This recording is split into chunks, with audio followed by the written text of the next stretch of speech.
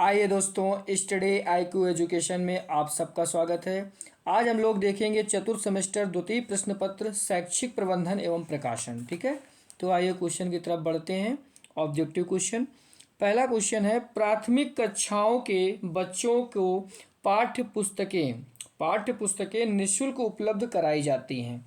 तो ये किसके द्वारा कराई जाती हैं? ठीक है, तो क्या ये भारत सरकार के द्वारा कराई जाती हैं, या राज्य सरकार के द्वारा, या जिला बेसिक शिक्षा अधिकारी के द्वारा, या अभिभावक के द्वारा? ठीक है, तो आइए इस क्वेश्चन का सही जवाब बताते हैं। तो आपके हिसाब से सही जवाब इसका क्या होगा? देखो, बेसिक शिक्षा अधिकारी के द्वारा तो दिलाई ही नहीं जा सकती, ठीक, क्योंकि ये राज्य सरकार के अधीन होता है।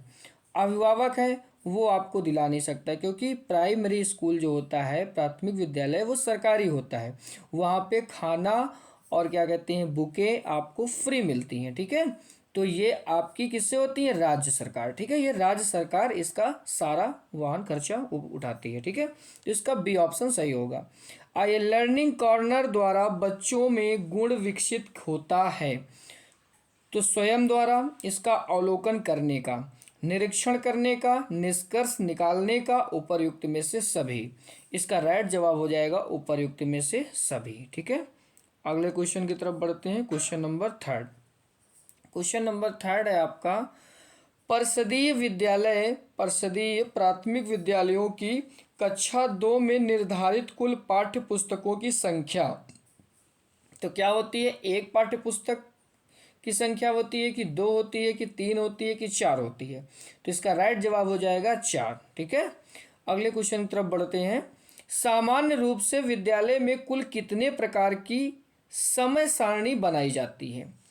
1, 2, 3, 4। इसका राइट जवाब हो जाएगा आपका 1। ठीक है, समय सारणी उत्तम साधन है विद्यालय के अनुशासन स्थापित करने का, नियमित शिक्षण अधिगम प्रक्रिया का, शिक्षकों में शिक्षण अनुशासन का, प्रधानाध्यापक के निरीक्षण की सुविधा का। ठीक है, तो इसका राइट जवाब हो जाएगा नियमित शिक्षण अधिगम प्रक्रिया का। ठीक है, छठे क्वेश्चन की तरफ बढ़ते हैं। आज का छठा नंबर क्वेश्चन है आपका, छोटे बच्चों के लिए एक पीरियड की उपलब्ध अवधि होती है। तो कौन? छोटे बच्चों के लिए जो पीरियड, वहाँ पे जो घंटे लगते हैं, वो कितने समय तक के लिए होते हैं? तो 10 से 15 मिनट, 30 से 45 मिनट, 8 से 7 मिनट तक, और सप्तम से 80, मतलब कि 8 मिनट तक। ठीक है, 7 से 8 मिनट तक। ठीक है, मतलब 70 से 80 मिनट। ठीक है, तो इसका राइट जवाब क्या हो जाएगा? तो राइट जवाब हो जाएगा 30 से 45 मिनट। ठीक है, छोटे बच्चों के लिए जो वहाँ पे पीरियड, जो घंटे लगते हैं, वो 30 से 45 मिनट के लगते हैं। तो सभी अभिलेख होने चाहिए सही, वैध, विश्वसनीय। सही, वैध एवं विश्वसनीय। ठीक है, तो इसका राइट जवाब हो जाएगा सही भी होने चाहिए, और वैध भी होने चाहिए, और विश्वसनीय भी होने चाहिए। ठीक है, 8वें नंबर क्वेश्चन की तरफ बढ़ते हैं हम लोग। 8वां नंबर क्वेश्चन है आपका, जिला 8वां नंबर क्वेश्चन है आपका, जिला समन्वयक के पद सृजित किए जाएंगे। ठीक है, किए गए हैं। तो अध्यक्ष ग्राम शिक्षा समिति के अधीनस्थ, जिला बेसिक शिक्षा अधिकारी के अधीनस्थ, जिला अधिकारी के अधीनस्थ, जिला विद्यालय निरीक्षक के अधीनस्थ। ठीक है, तो इसका राइट जवाब हो जाएगा आपका, क्या हो जाएगा बताइए? क्या मतलब ग्राम प्रधान के द्वारा इसका अधीनस्थ होता है, या अध्यक्ष के द्वारा होता है? तो किसके द्वारा होता है? तो ये आपका जिला बेसिक शिक्षा अधिकारी के अधीनस्थ होता है। ठीक है, अगले क्वेश्चन तरफ बढ़ते हैं। 9 नंबर, विद्यालय प्रबंधन के अंतर्गत किस संगठन का समन्वय नहीं होता है? वित्तीय संसाधन, भौतिक संसाधन, मानवीय संसाधन, उपर्युक्त में से सभी। तो इसका राइट जवाब हो जाएगा वित्तीय संसाधन। ठीक है, वित्तीय संसाधन कौन? राज्य सरकार के द्वारा ही आता है। ठीक है, बाकी सारी चीजें विद्यालय प्रबंधन ही बनाता है। ठीक है, आगे चलते हैं हम लोग। अगला 10वां नंबर क्वेश्चन है आपका, विद्यालय में निरीक्षण के अलावा बच्चों में किस विकास हेतु विशेष ध्यान दिया जाना चाहिए? तो किस पर विशेष ध्यान देना चाहिए? तो आपका पहला ऑप्शन है गणित विषय पर, अंतर्निहित गुणों पर, अंतर्निहित शक्तियों पर, अंतर्निहित गुणों एवं शक्तियों पर। ठीक है, तो इसका राइट जवाब हो जाएगा आपका, क्या हो जाएगा? तो ये हो जाएगा अंतर्निहित गुणों एवं शक्तियों पर। कक्षा कक्ष में बच्चों के लिए फर्नीचर की व्यवस्था की जानी चाहिए। ठीक है, उनकी पाठन क्षमता के अनुसार, उनकी लेखन क्षमता के अनुसार, उनकी शारीरिक अभिवृद्धि के अनुसार, उनकी योग्यता के अनुसार। ठीक है, तो इसका राइट जवाब हो जाएगा आपका उनकी शारीरिक अभिवृद्धि के अनुसार। ठीक है, अगला क्वेश्चन है आपका अधिगम प्रबंधन का अभिगम प्रबंधन का महत्वपूर्ण पक्ष है। तो क्या है? अनुशासन, दंड, डांट फटकार और प्रशासन। ठीक, तो इसका राइट जवाब हो जाएगा प्रशासन। आगे चलते हैं 13 नंबर क्वेश्चन पे। तो 13 नंबर क्वेश्चन है आपका,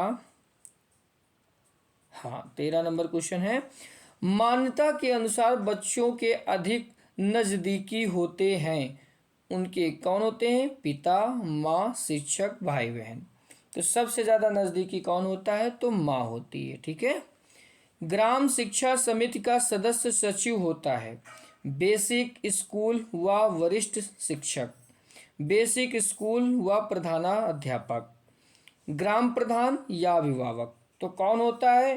तो ये सबसे ज़्यादा आपका यहाँ पे बेसिक स्कूल और प्रधाना अध्यापक। ठीक है, अगले क्वेश्चन की तरफ चलते हैं। उचित वित्तीय प्रबंधन निर्धारित करता है प्रबंधन की सफलता को, धन की उपलब्धता को, कार्यक्रम की सफलता को, इनमें से कोई नहीं। तो इसका राइट जवाब हो जाएगा प्रबंधन की सफलता को। शिक्षा प्रबंधन का प्रमुख कार्य है पर्यवेक्षण करना, प्रशासन प्रशासन करना और व्यवस्था करना, नियोजन करना। इसका राइट जवाब हो जाएगा नियोजन करना। अगले क्वेश्चन की तरफ चलते हैं 17 नंबर क्वेश्चन की तरफ। तो 17 नंबर क्वेश्चन है आपका आज का औपचारिक रूप से संगठित समूहों में व्यक्तियों से मिलकर कार्य करने की कला ही प्रबंधन है। यह कथन है लॉरेंस का, पीटर एफ ड्रॉक का, हरोल्ड कीजन का, एफ डब्ल्यू टेलर का।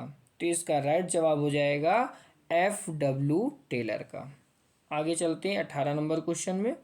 विद्यालय प्रबंधन में महत्वपूर्ण भूमिका होती है प्रधानाध्यापक की, बच्चों की, शिक्षक की, उपर्युक्त में से सभी।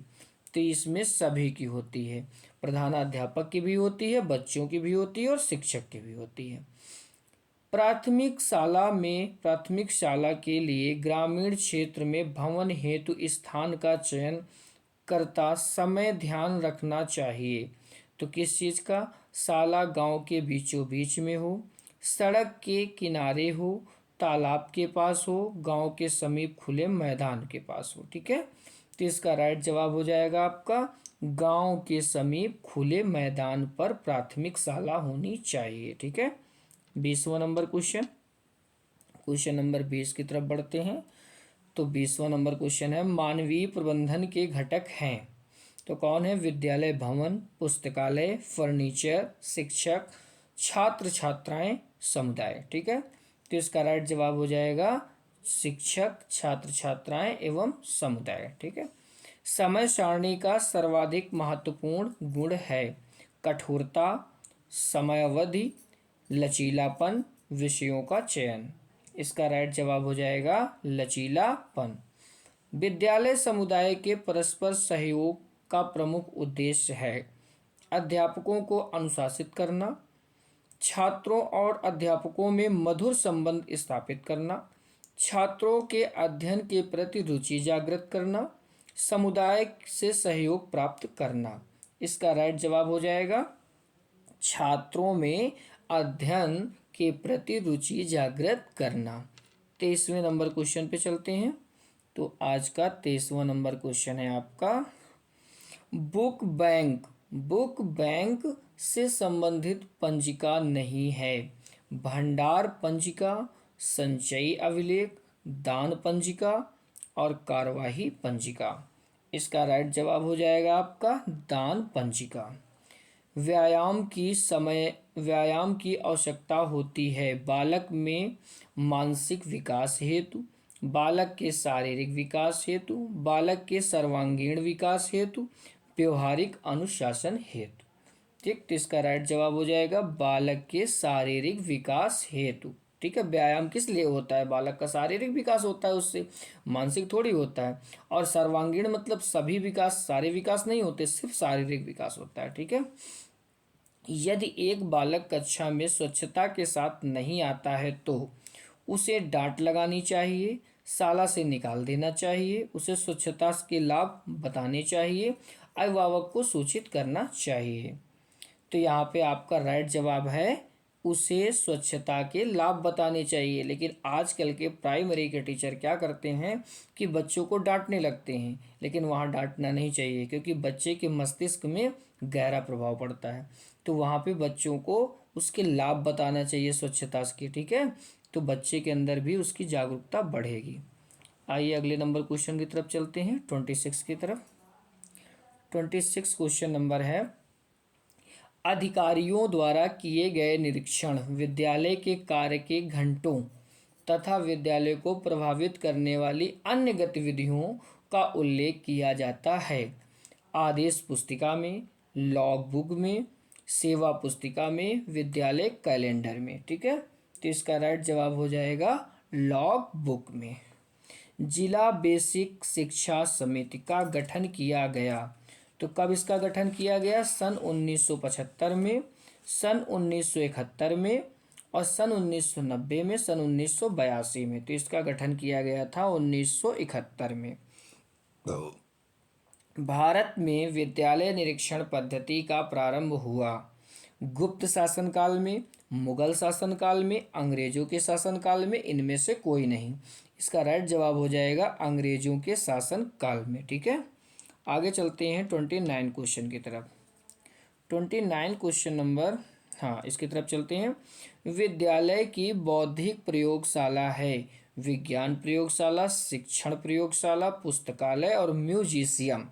तो इसका राइट जवाब हो जाएगा आपका पुस्तकालय। ठीक है, बौद्धिक मतलब जो बुद्धि का विकास करे। ठीक है, और वो पुस्तकालय ही करती है क्योंकि वहाँ पे पुस्तकें होती हैं और बच्चे पढ़ते हैं और उनके बुद्धि का विकास होता है। ठीक है, आगे चलते हैं। संचयी अभिलेख पत्र में लेखा रखा जाता है छात्र की प्रगति का, शिक्षक की प्रगति का, विद्यालय के वित्त का, और इनमें से कोई नहीं।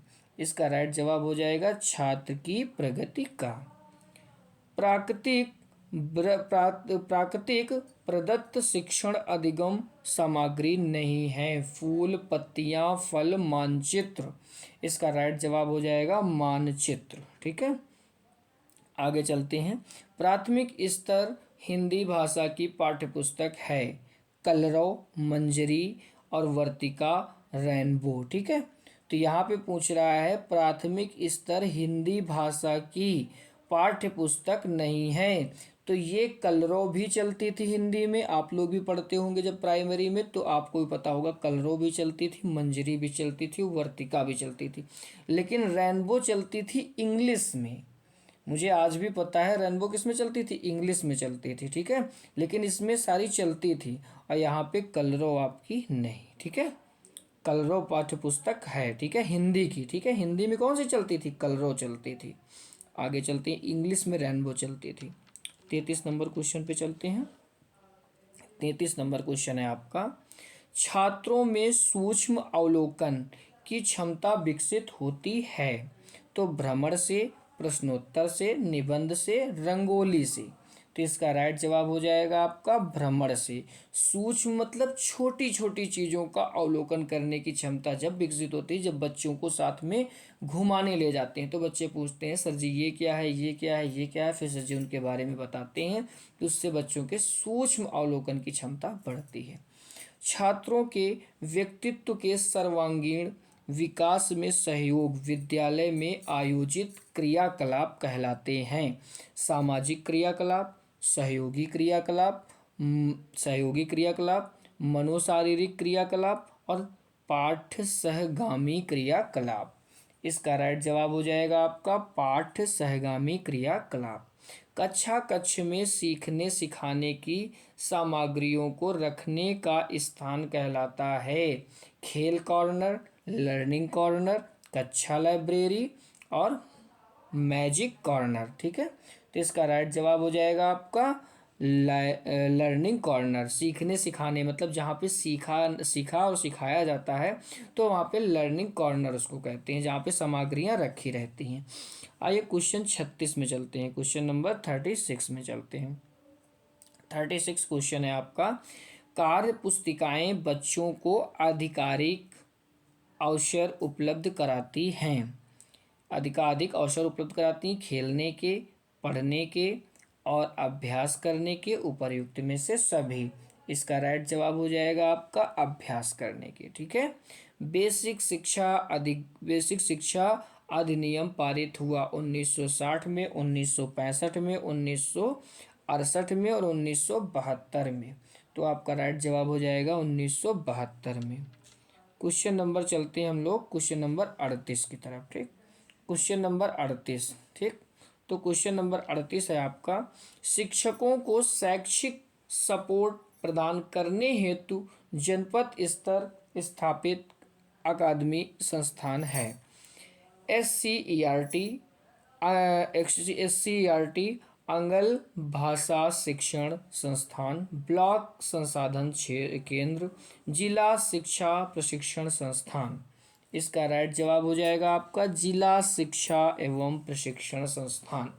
विद्यालय में सभी कक्षों में नियमित पाठ पाठन हेतु बनाई जाती है शिक्षक डायरी, मूल्यांकन योजना, समय सारणी, इकाई। इसका राइट जवाब हो जाएगा समय सारणी। ठीक है, आइए अगले नंबर क्वेश्चन जब चलते हैं। विद्यालय समय सारणी होनी चाहिए कठोर, लचीली, अपरिवर्तनीय, इनमें से कोई नहीं। इसका राइट जवाब हो जाएगा लचीली। राज्य हिंदी संस्थान उत्तर प्रदेश स्थित है इलाहाबाद में, वाराणसी में, कानपुर में, लखनऊ में। इसका राइट जवाब हो जाएगा वाराणसी में। अगले नंबर क्वेश्चन की तरफ बढ़ते हैं हम लोग 42 नंबर क्वेश्चन की तरफ। तो 42 नंबर क्वेश्चन है आपका आज का, जिला शिक्षा एवं प्रशिक्षण संस्थान में विभागों की संख्या है 3, 4, 5, 7। इसका राइट जवाब हो जाएगा 7। इंदिरा गांधी राष्ट्रीय मुक्त विद्यालय इग्नू की स्थापना है 1980, 1985, 1990, 1992। इसका राइट जवाब हो जाएगा आपका 1985। अध्यापक शिक्षा संस्थानों को प्रमाणित करने, मान्यता देने का कार्य करने वाली संस्था है। तो ये कौन सी है? राष्ट्रीय अध्यापक शिक्षक परिषद, NCTE, न्यूपा, NUEPA, NCERT और CMAT। तो इसका राइट जवाब हो जाएगा आपका राष्ट्रीय अध्यापक शिक्षा परिषद NCTE। ठीक है, आगे चलते हैं हम लोग क्वेश्चन नंबर 45 की तरफ। क्वेश्चन नंबर 45 है आपका, राज्य शिक्षा संस्थान स्थापना किस वर्ष की गई? 1964 में, 1965 में, 1960 में, 1957 में। तो आपका राइट जवाब हो जाएगा 1964 में।